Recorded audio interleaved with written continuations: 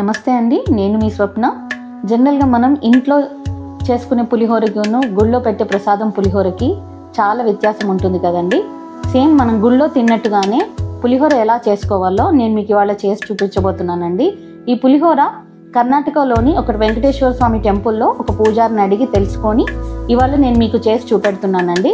అందుకే video end వరకు miss చేయకోకుండా లాస్ట్ వరకు చూసేయండి. ఈ సీక్రెట్ ఏంటో మీకు అర్థమవుతుంది. అలాగే మీలో ఎంతమంది టెంపుల్ స్టైల్ పులిహోర తినున్నారో నాకు కామెంట్ సెక్షన్లో పింగ్ చేసేయండి. సో ఎలా చేయాలో చూసేద్దామా?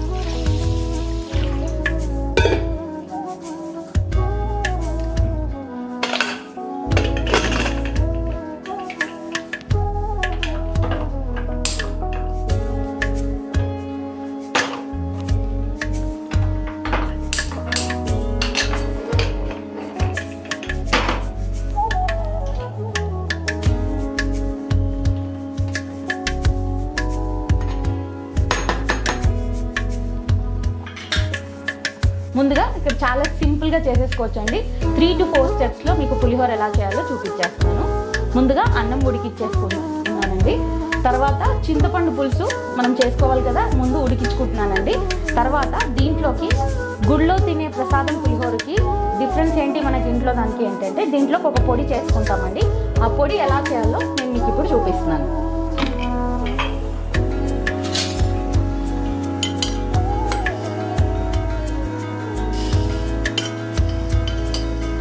ఒక 2 పెద్ద టేబుల్ స్పూన్లు ధనియాలు వేసేసుకోండి. అలాగే 1 టీ స్పూన్ అంతా ఆవాలు వేసేసుకోండి.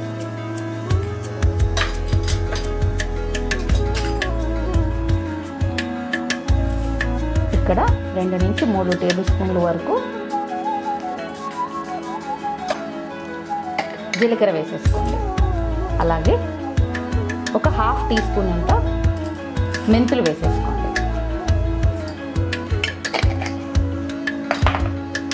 అలాగే ఈ పులిహోరలో మెయిన్ ఇంగ్రీడియంట్ వచ్చేసేసి మిరియాలండి. 1 టీ స్పూన్ అన్ని మిరియాలు తీసుకోండి. అలాగే దీంట్లోకి ఎండుమిరపకాయలు వేసుకోండి. ఎండుమిరపకాయలు అనేవి యాక్చువల్గా దీంట్లోకి బేడిగ మిర్చి వాడతారు, అలాగే గుంటూరు మిర్చి వాడతారండి. నేను గుంటూరు మిర్చి వాడుతున్నాను. బేడిగ మిర్చి అనేది కలర్ కోసం వేసుకుంటారు. ఇవన్నీ వేసుకొని ఒకసారి వేయించేసుకున్న తర్వాత మనం పొడి చేసేసుకోవాలండి. అలాగే ఇప్పుడు మనం ఒక కడాయి పెట్టేసుకొని ఇక్కడ చూస్తున్నారు కదా పులుసు అనేది ఉడుకుతోందండి. మనకి ఈ కన్సిస్టెన్సీలో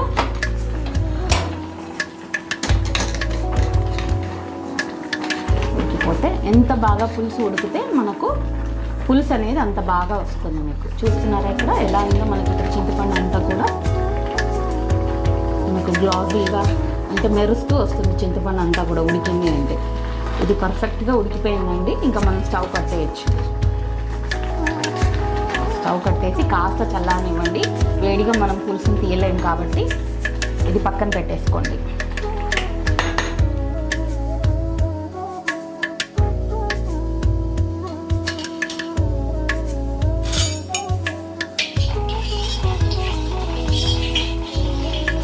కొంచెం నూనె వేసేసుకోండి. నూనె వేసుకున్న తర్వాత ఇందాక మీకు చూపించిన తీసుకున్న మసాలాలన్నీ కూడా ఇందులో వేసేయండి.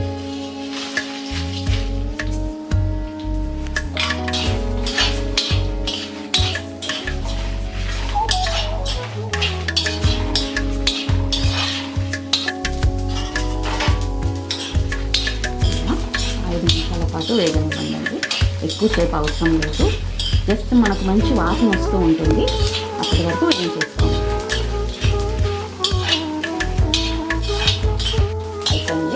ఇందులోకి కాస్త కరివేపాకు రెబ్బలు వేసేసుకోండి.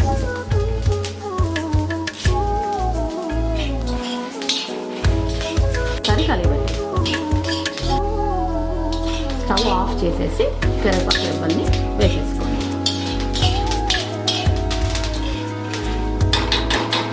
అయిపోయిందండి. ఇంకా దీన్ని చల్లార్చి పొడి చేసేసుకోండి.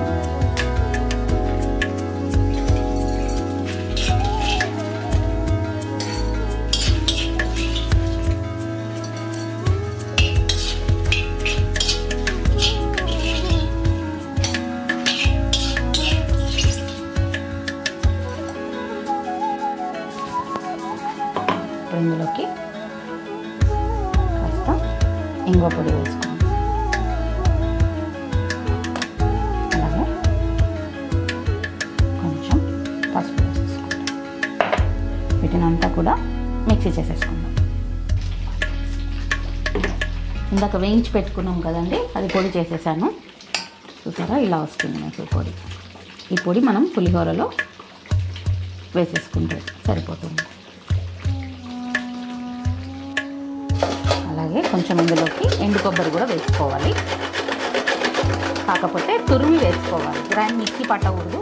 మనకు పంటి కిందికి కొబ్బరి అనేది తెలియాలి పులిహోరలో.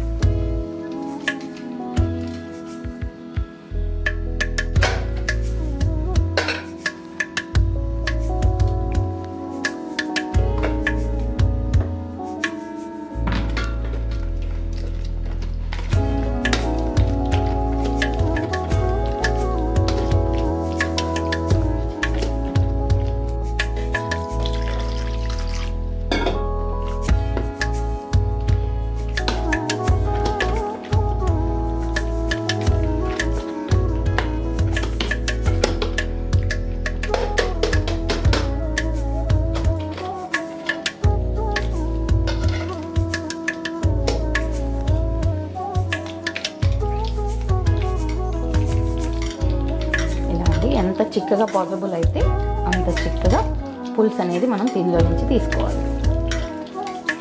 నీళ్ళు చూసుకొని పోసుకోండి. అలా అని ఎక్కువగా వాటర్ వేసేసుకుంటే మళ్ళీ దీన్ని ఉడికించుకునే టైం ఎక్కువగా పడుతుంది. ఇంకా రావట్లేదు అని అనుకుంటున్నప్పుడు, గుజ్జు మనకు రావట్లేదు అనుకుంటున్నప్పుడు కొద్దిగా వాటర్ వేసుకొని రిమైనింగ్ పులుసు కూడా తీసేసుకోండి. ఈ పులిహోరకి కష్టపడాల్సిందల్లా పులుసు తీయడం ఒకటే అండి, మిగతావన్నీ చాలా ఫాస్ట్గా అయిపోతాయి. చూస్తున్నారు కదా, ఇలా చింతపడ్డ వెబ్బలు ఏమీ పడుకోకుండా కింద ఒక జాలి దాంట్లో వేసేసుకొని ఇలా కొంచెంగా ఎక్స్ట్రాక్ట్ చేసుకొని పక్కన పెట్టుకోండి. ఈ పులుసు అనేది మనం ఒకసారి చేసేసి ఉడికించుకొని ఫ్రిడ్జ్లో పెట్టుకుంటే మనము 1 month వరకు ఈజీగా వాడుకోవచ్చు అండి. దీన్ని పిల్లల టిఫిన్ బాక్స్లోకి ఎవరైనా వచ్చినప్పుడు, సడన్గా ఎవరైనా వస్తున్నప్పుడు పులిహోర కూడా చేసి పెట్టేయచ్చు మనం ఇలా ఫాస్ట్గా ఇది ఉడికించి పెట్టుకుంటే కనుక. చూస్తున్నారా, ఇలా ఎంత పాసిబుల్ అయితే ఇలా మొత్తంగా చింతపండు గుజ్జు అంతా తీసేసుకోండి.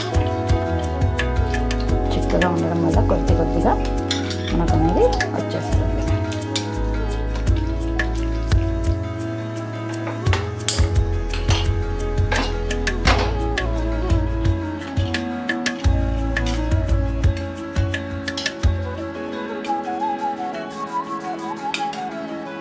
కడాయి పెట్టుకొని ఒక 2-3 టేబుల్ స్పూన్ల ఆయిల్ వేసేసుకోండి.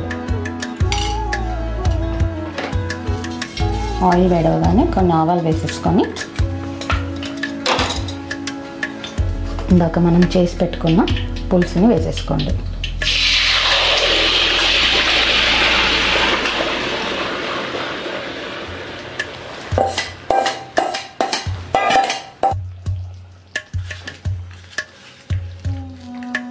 కొంచెం కల్లుప్పు వేసేసుకోండి సరిపడా.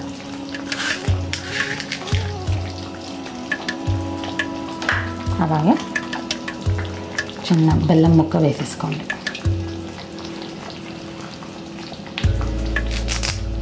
కరివేపాకు వేసుకొని ఇది దగ్గర పడి బెల్లం అంతా కరిగే వరకు ఉడికించుకోండి.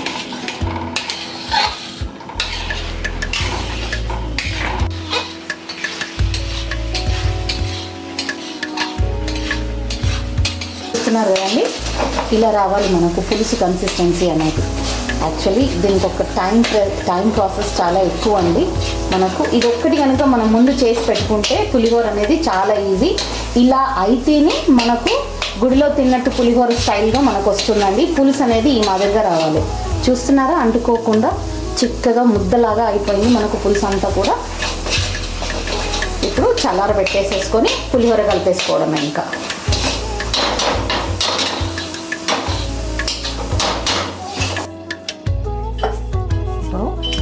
మనం పోపు పెట్టేసుకుందామండి. ఇక్కడ పల్లీలు ఎక్కువ శాతం తీసుకోండి, 3 టేబుల్ స్పూన్ల వరకు పల్లీలు తీసుకోండి. అన్నాన్ని బట్టి పల్లీల క్వాంటిటీ అనేది డిసైడ్ అవ్వండి. అలాగే 1 టేబుల్ స్పూన్ అంతా మినప్పప్పు తీసుకోండి.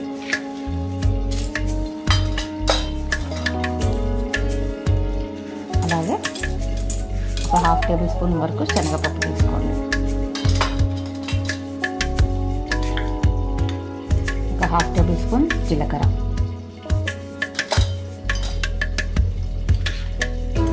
అలాగే ఆవాలు. ఇవన్నీ కలిపి మనం పోపు పెట్టేసుకోండి.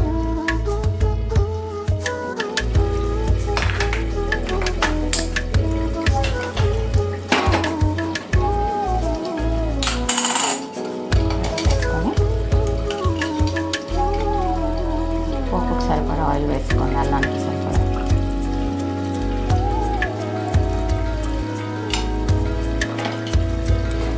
కాగని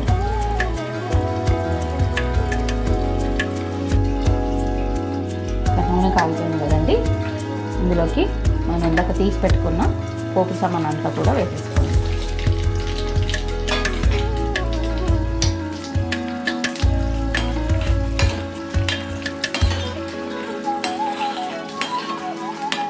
పల్లీలు అవి పచ్చివాసన పోయే వరకు వేయించుకోండి.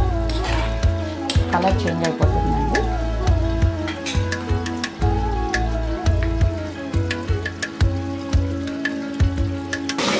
చూసుకున్నారా, వేగిపోయిందండి. ఇంకా ఈ వేడికి ఇంకా వేగిపోతాయి కాబట్టి మనం స్టవ్ ఆఫ్ చేసేసుకొని ఎండుమిరపకాయలు వేసేసుకోండి. అలాగే ఇంగువ, పులిహోరలోకి ఇంగువ లేకపోతే అస్సలు బాగోదండి. ఇంగువ కంపల్సరీగా వేసుకోవాలి. అలాగే కొద్దిగా పసుపు.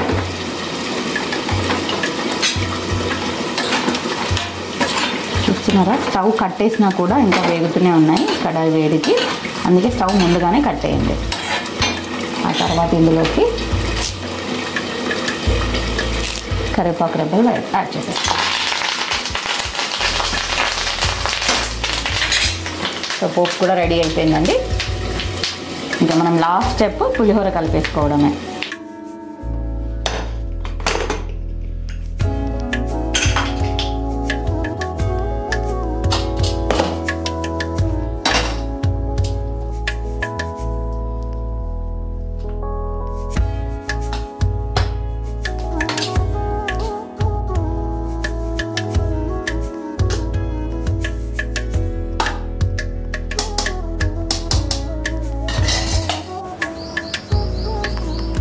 ఇలా అన్నం చల్లారబెట్టుకొని దాంట్లోకి కొద్దిగా ఆయిల్ వేసేసుకొని ఒకసారి కలిపేసేసుకోండి. దీనివల్ల అన్నం పొడిపొడలాడుతూ చాలా బాగా ఉంటుంది చల్లారిన తర్వాత కూడా. మనకు మీరు పులిహోరకి పల్లి నూనె కానీ నువ్వుల నూనె కానీ వాడుకొని చేసుకోండి, చాలా చాలా బాగుంటుంది. ఇక్కడ నేను పల్లి నూనె వాడి చూపిస్తున్నానండి. చాలా రుచిగా ఉంటుంది రిఫైండ్ ఆయిల్ కన్నా కూడా. నువ్వుల నూనె అయితే, ఇంకా గాను పట్టిన నువ్వుల నూనె అయితే చాలా చాలా బాగుంటుంది.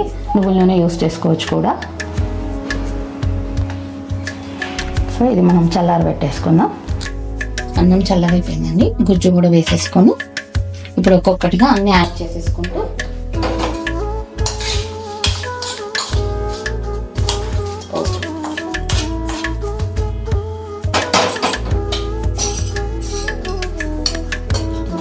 చేసి పెట్టుకుని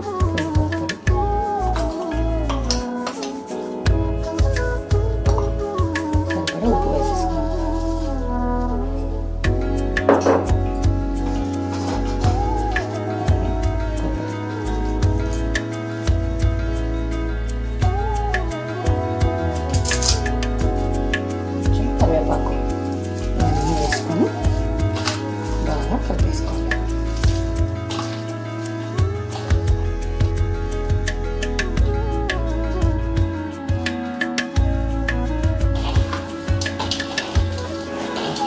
ఎలాంటి పులిహోర అయినా కూడా మనకు కావాల్సింది పేషెన్సే అండి.